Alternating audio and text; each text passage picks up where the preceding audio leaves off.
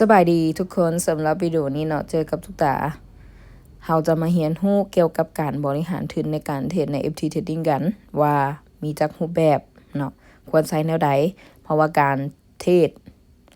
หนึ่งในความสำคัญที่เราต้องรู้ก็คือการบริหารทุนเรามาเบิ่งกันเลยเนาะซึ่งการบริหารทุนนี่ทุกตาจะแนะนำอยู่4แบบผู้ใดที่เหมาะสมที่จะใช้ตัวใดก็ลองไปเบิ่งเนาะใน4รูปแบบนี้มาเบิ่งกันเลยโอเครูปแบบที่1เราจะแบ่งอันนี้ก่อนเนาะ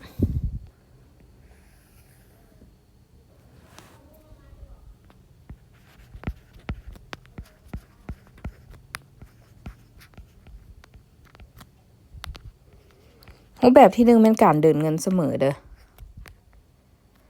การเดินเสมอเนาะสมมุติเรามีทุนอยู่ที่10เหรียญนะ10เหรียญหรือว่า10ยูเด้อใส่10ยูทุกคนก็น่าจะเข้าใจเนาะ10ยู USDT นั่นแหละก็คือเราอาจจะเดิน1เนาะถ้าแพ้อีกก็1ชนะก็1แพ้ก็1ชนะก็1แพ้ก็1 2 4 6 8ชนะก็1แพ้ก็1โอเคคือรูปแบบนี้เราจะมีโอกาสอยู่ที่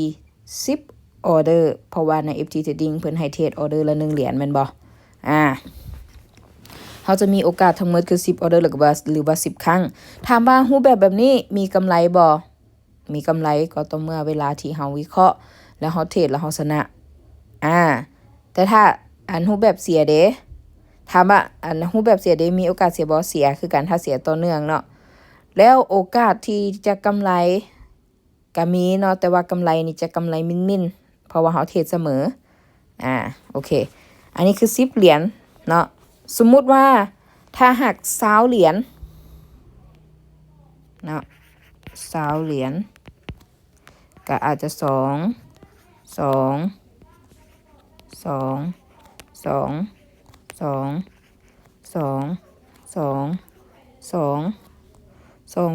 6 8 ประมาณนี้เนาะทุกคนเนาะถ้าหากว่าถึง20เหรียญถ้าหากว่าถึง50เหรียญจังซี่ก็5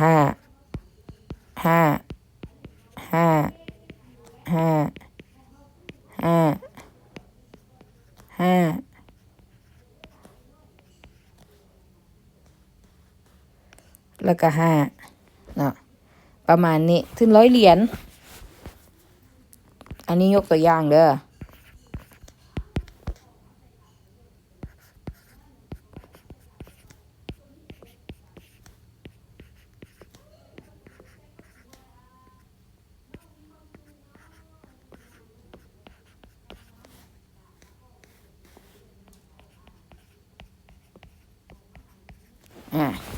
ก็จะประมาณนี้นะอันนี้คือรูปแบบการเดินเงินเสมอโอเคมาเพิ่มรูปแบบต่อไปเนาะสำหรับรูปแบบต่อไปก็คือรูปแบบรูปแบบที่2เนาะ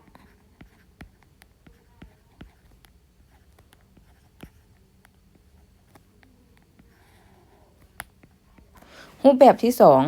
รูปแบบที่2นี่เขาจะเป็นการเดินเงินแบบออเดอร์ที่มั่นใจ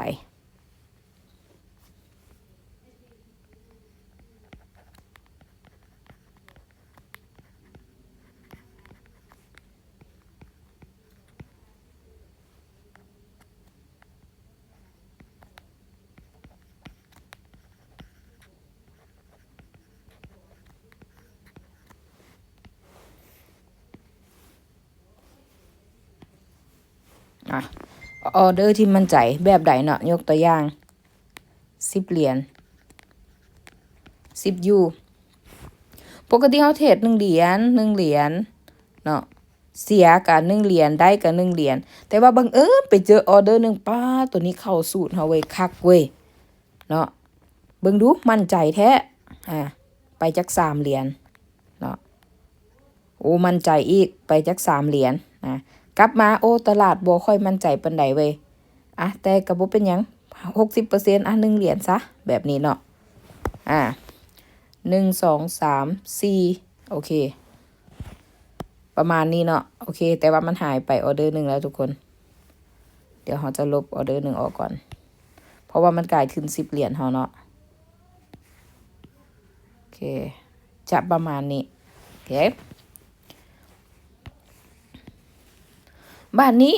เนาะ20เหรียญบาทนี่20ยูกะอาจจะ2 มาบัดนี้โอ้มั่นใจ4เลยเนาะแล้วก็มั่นใจอีกอาจจะ4บ่มั่นใจก็กรรมเทศคือประมาณ9เนาะเท่าไหร่ละ2 4 6 10 14ประมาณนี้เนาะทุกคนเนาะต่อมาใส่ทุนอยู่50เหรียญสมมุติว่าก็เดินเสมอไปเนาะออเดอร์ที่เราบ่มั่นใจเจอออเดอร์มั่นใจอาจจะใส่จัก10จังซี่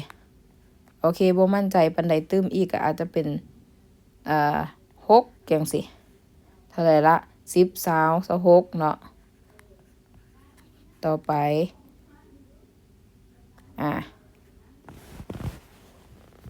ประมาณนี้เนาะ10 20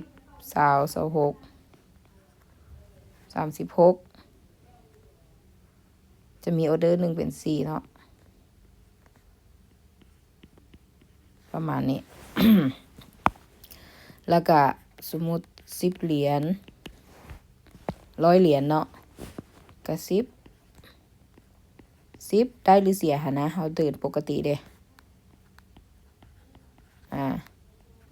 เพราะว่ามาออเดอร์นี้มั่นใจว่าจังซี่นะ30ไปเลยเนาะเท่าใดละ10 20 30 40 70มั่นใจอีกจังซี่นะก็ใส่ไปอันนี้คือการเดินเงินเนาะบอกเลยว่ารูปแบบการเดินเงินจังซี่นี่ถ้าหากออเดอร์ที่เฮาวินแน่นอนเฮาต้องกำไรเนาะเพราะว่าเฮาเดินเงินไปค่อนข้างว่ามั่นใจว่าซั่นซะรูปแบบต่อมาเนาะรูปแบบต่อมาเนาะโอเครูปแบบต่อมาก็จะเป็น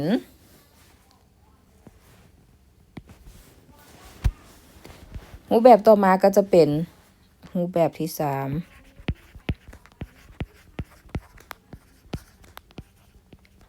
รูปแบบที่3นี่จะเป็นรูปประเทศที่ว่า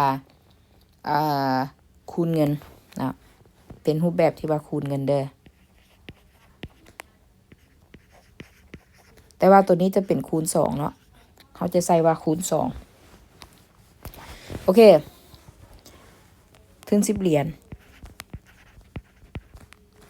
เนาะเขาก็คูณไปเลยออกออเดอร์แรกกัน1ออเดอร์ที่21 2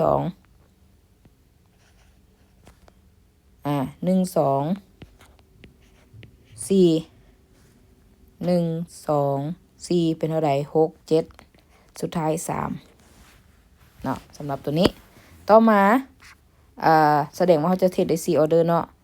สำหรับวันนี้20เหรียญบัดนี้1 2 4เท่าไหร่8 12 14 15ก็15เนาะ5ถึง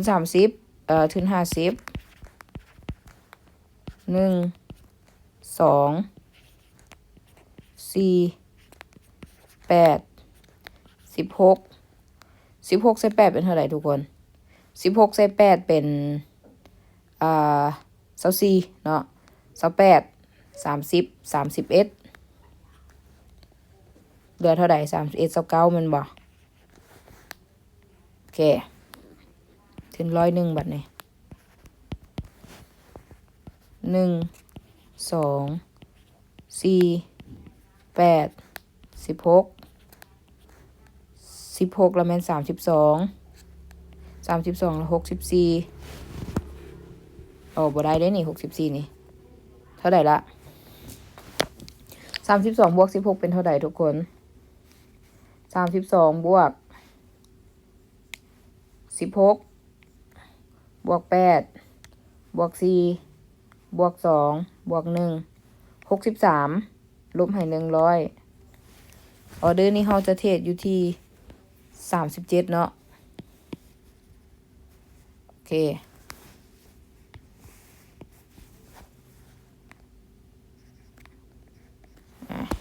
37นี่คือรูปแบบการคูณเงินเนาะแบบ2เทื่อนะ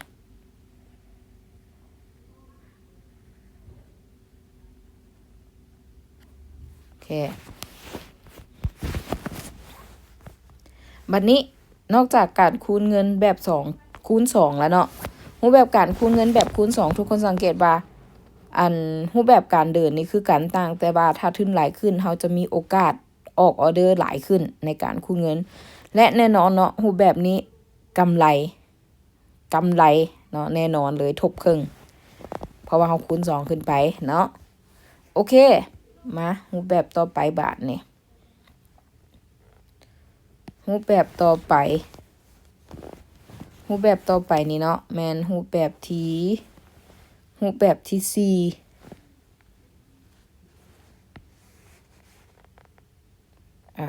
สีแดงสียังดีบ่ให้มันซ้ำกันเนาะ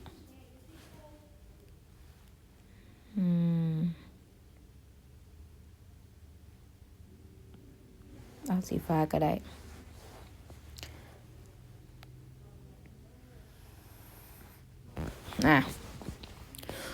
ต่อมาก็คือรูปแบบที่4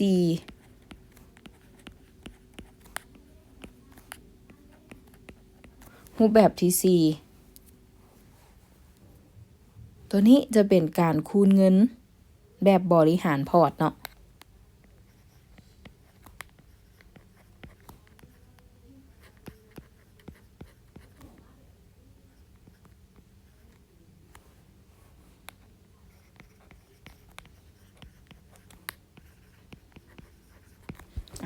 บริหารพอร์ตแบบใดมาเบิ่งกัน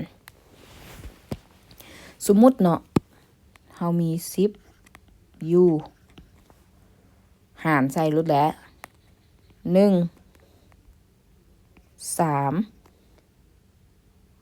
ให้บริหารพอร์ตเนาะให้จบที่3ออเดอร์เด้อจบ3ออเดอร์เนาะ13เป็น4ละต่อมา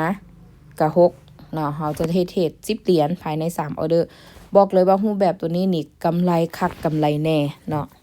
ต่อมา20 U อาจจะเริ่มที่1เนาะ3 6บ่แม่นได้นี่เพราะว่าเราจะเทรด3ออเดอร์เนาะแป๊บนึงเด้อทุกคนเราจะเทรด3ออเดอร์ก็คือว่าเอา20หันมาหารให้3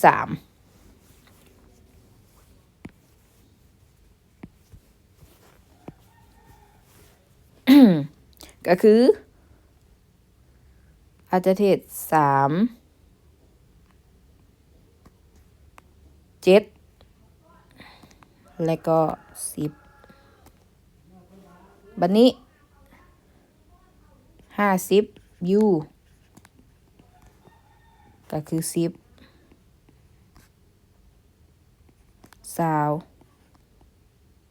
แล้วก็บ่แม่นเนาะตัวนี้ขอลดลงมาหน่อยนึง5 20กับ25ต่อมาถึง100 U ไปเลยออเดอร์แรกเนาะ10เหรียญออเดอร์ที่2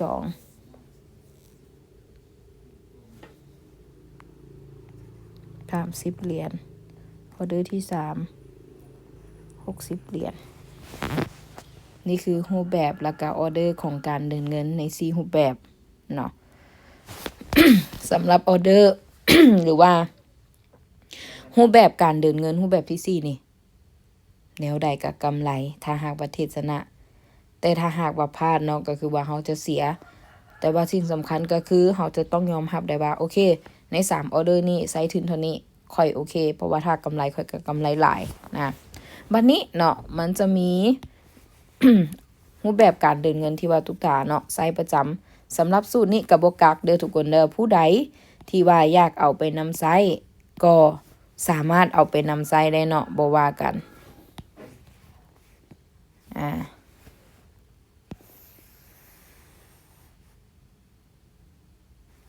โอเค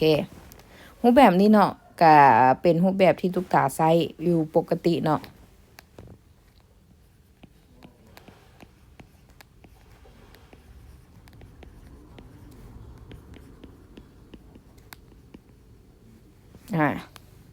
ก็คือ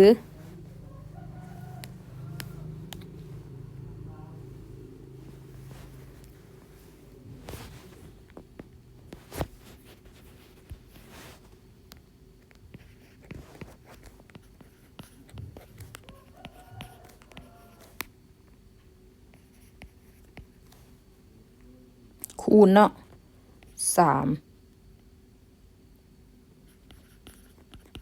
เทื่อหรือว่า 3x นั่นแหละเนาะ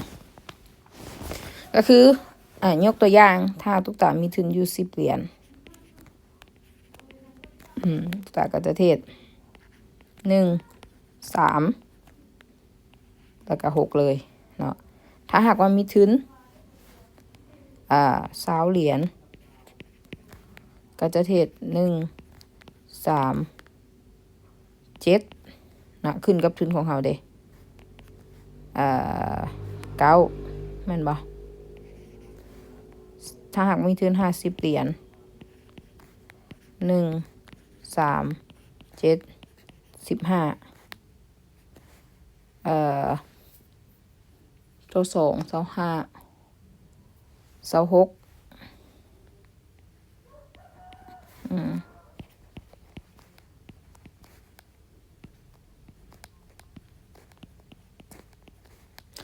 3 7 15 30เป็นเท่าไหร่3530 45 48 49 56 44ถึง200เนาะ75 30 70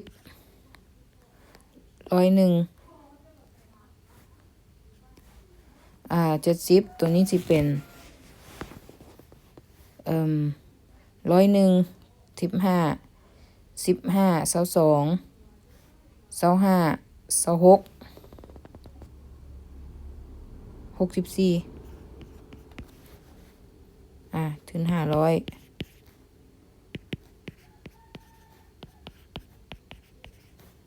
75 30 70 150เป็นเท่าไหร่ละ250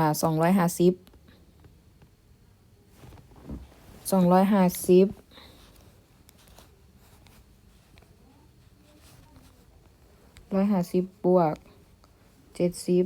บวก30บวก15บวก7บวก4ลบให้500ออเดอร์นี้สุดท้ายก็คือ224ถ้า1,100 1 3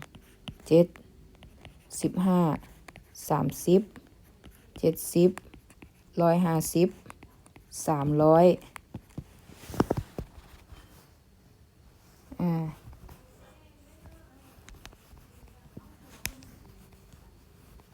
30 15 7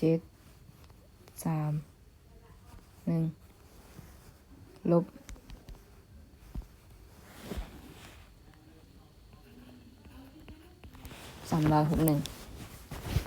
สำหรับรูปแบบการเทรดตัวสุดท้ายนี้ทุกคนสามารถเริ่มจุดใดก็ได้เด้อแต่ว่าสิ่งที่ว่าตุกตาเฮ็ดให้เบิ่งก็คือว่าเริ่มแต่เทรด1ออเดอร์